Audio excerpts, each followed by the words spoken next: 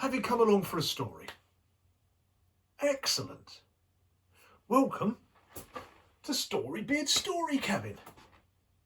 Now, our story today is an old English folktale called Jack the Silly Lad.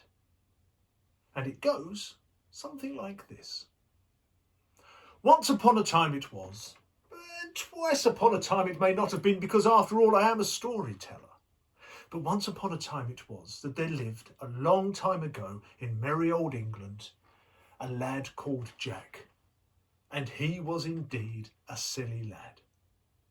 As many as 10 times a day his mum would say to him, "Jack, Jack, what have you done?" And as often as 5 times a day she would say, "Oh Jack, please go and try to find some work." Because to tell you the truth, they didn't have much money, and often what they sat down to for dinner was pea soup. And when I say pea soup, I mean a big saucepan of hot water with 1 pea in it. Now, on the day of our story, Jack had got a job working at a farm. And at the end of the day, the farmer gave him 2 shiny pennies for his work. Jack walked home, carrying them in front of him very carefully, pinched between his thumb and his forefinger, because he didn't want to drop them. Halfway to his house, there was an old humpback wooden rickety bridge with planks sticking out and splinters coming from it. Jack got halfway over that bridge when he tripped. Oh! And those 2 pennies went turning up into the air, came down, bounced once, twice, 3 times, and both of them fell through cracks in the bridge, down into the river, and were washed out of this story. Jack walked home and he knocked on the door. Rat-a-tat-tat. His mum answered the door. She took one look at his face and she said, "Oh, Jack, Jack, what have you done?" Jack explained about the pennies and she said, "Oh, you silly lad, you should have carried them in your pocket." "Right," said Jack, "I'll remember." Now, the next day, Jack went to work at a dairy, and at the end of the day, the dairy owner gave him a large jug of milk as payment. Jack thought to himself, "I'm not silly. I remember what my mum told me." And he opened up his pocket and he started to tip the jug of milk in. Glug, glug, glug. And all the milk was running down the inside of his trousers, down his leg, and his boot was filling up with milk, and all his pants were wet and sticky. Jack walked home like this, oh, all the way, oh, over the humpback rickety wooden bridge, oh. When he got home, he knocked on the door, rat-a-tat-tat. His mum opened the door, looked at Jack and said, "Jack, Jack, what have you done?" Jack explained about pouring the milk into his pocket, and his mum said, "Oh, you silly lad, you should have carried it on your head." "Right," said Jack, "I'll remember next time. And now I'm going to go and change my pants." Well, the very next day, Jack went to work at a cheesemonger's, a shop that sells cheeses. And at the end of the day, the owner of the shop gave him a large, round, soft cheese as payment. Jack thought, "I'm not silly. I remember what my mum told me." And he picked up that cheese and he put it on top of his head. And he started walking home. But it was a hot, sunny day. That sun beat down on Jack and on that soft cheese, and it started to melt. It ran down the front of his face and down the back of his neck and went down his collar. It went down round his ears and into his ears and under his nose and smelt terrible. And by the time Jack was halfway home at that humpbacked wooden rickety bridge, his whole head was covered with smelly, melted, soft cheese. When Jack got home, he knocked on the door. Rat-a-tat-tat. Jack's mother opened the door and she said, well, I'm sure you know this by now. She said, Jack, what have you done? Oh, you silly lad, you should have carried it in your hands.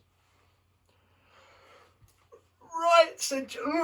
Right, said Jack, because his head was still covered with cheese. I'll remember next time, but now I'm going to have a bath. Well, the next day, Jack went to work on a farm, and at the end of the day, the farmer gave him in payment a big ginger tomcat. Jack thought, I'm not silly, I remember what my mum said. So he picked that cat up and started walking home, holding it out in front of him. Now, I don't know if you've ever tried to pick up a cat that didn't want to be carried, but this ginger tomcat was certain it wanted to be back on the ground, and so it started to hiss, and it started to scratch, and it started to gnaw on the ends of Jack's fingers. By the time Jack was halfway home at the old humped-back wooden rickety bridge, he couldn't take any more. And he let go of the cat. And the cat went running off out of this story. Jack walked home and he knocked on the door. Rat-a-tat-tat. His mother opened the door. She said, Jack, what have you done? Come in, let me put some ointment on those arms. And whilst his mum put ointment on his arms, Jack told her about trying to carry the cat home. Oh, Jack, you are such a silly lad, his mum said. You should have led it behind you on a piece of string. Right, oh, ow. Right, said Jack, I'll remember next time. Well, the very next day, Jack went to work at a butcher's. And at the end of the day, the butcher gave him a leg of mutton. Mutton is the meat that you get from sheep. Jack thought to himself, I'm not silly. I remember what my mum told me.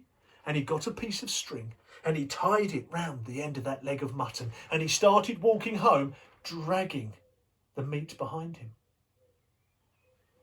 Well, he hadn't gone very far before every cat and dog in town was following him.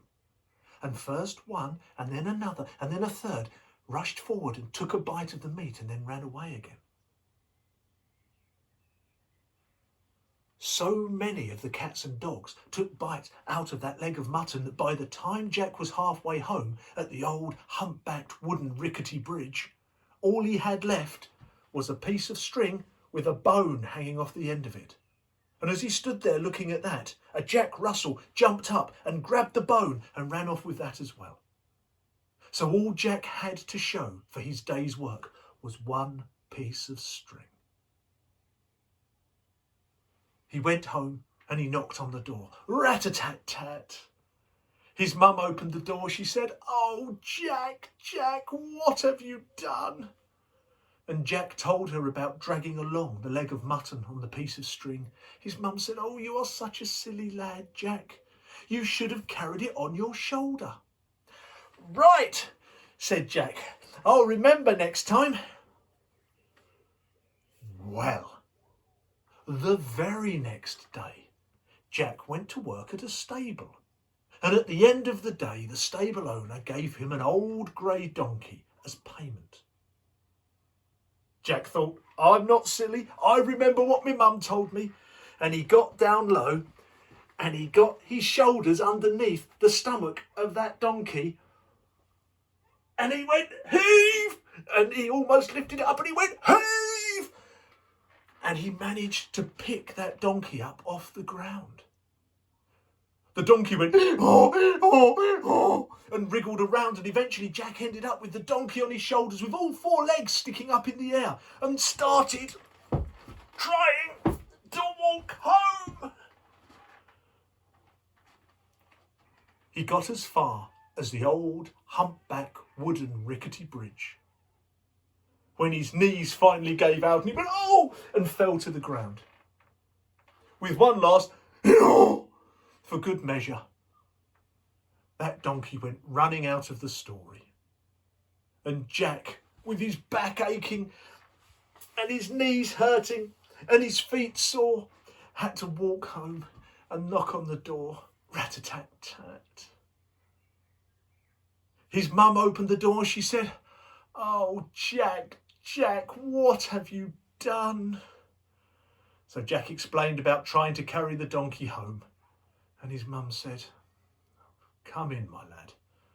I think it's probably best if you don't look for work tomorrow." And Jack and his mum sat down to a tea of pea soup. And when I say pea soup, I mean one big saucepan of hot water with a single pea in it. And they looked at each other across the table as they were both about to take their first spoonful of what was really just hot water, when there came a rat-a-tat-tat on the door. Jack's mum got up and she opened the door. And there stood a man in a long red coat and a tall black top hat.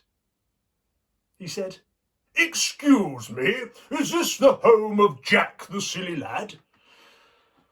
"Yes, it is," said his mum. "Have you come to laugh at him?" "Laugh at him? No, I've come to offer him a job. You see, I own the circus and I live in the little house next to the old humpback wooden rickety bridge. And for the last 6 days I've been watching your son coming home, and it's the funniest thing I've ever seen. So I've come here to offer him a job as a clown in my circus." Jack's mum said, Jack, what have you done? Come here. And so it was that Jack became a clown in the circus. And his fame as the funniest of clowns spread throughout merry old England. And I'm pleased to say that from that day forward, neither he nor his mother ever had to eat one pea soup again.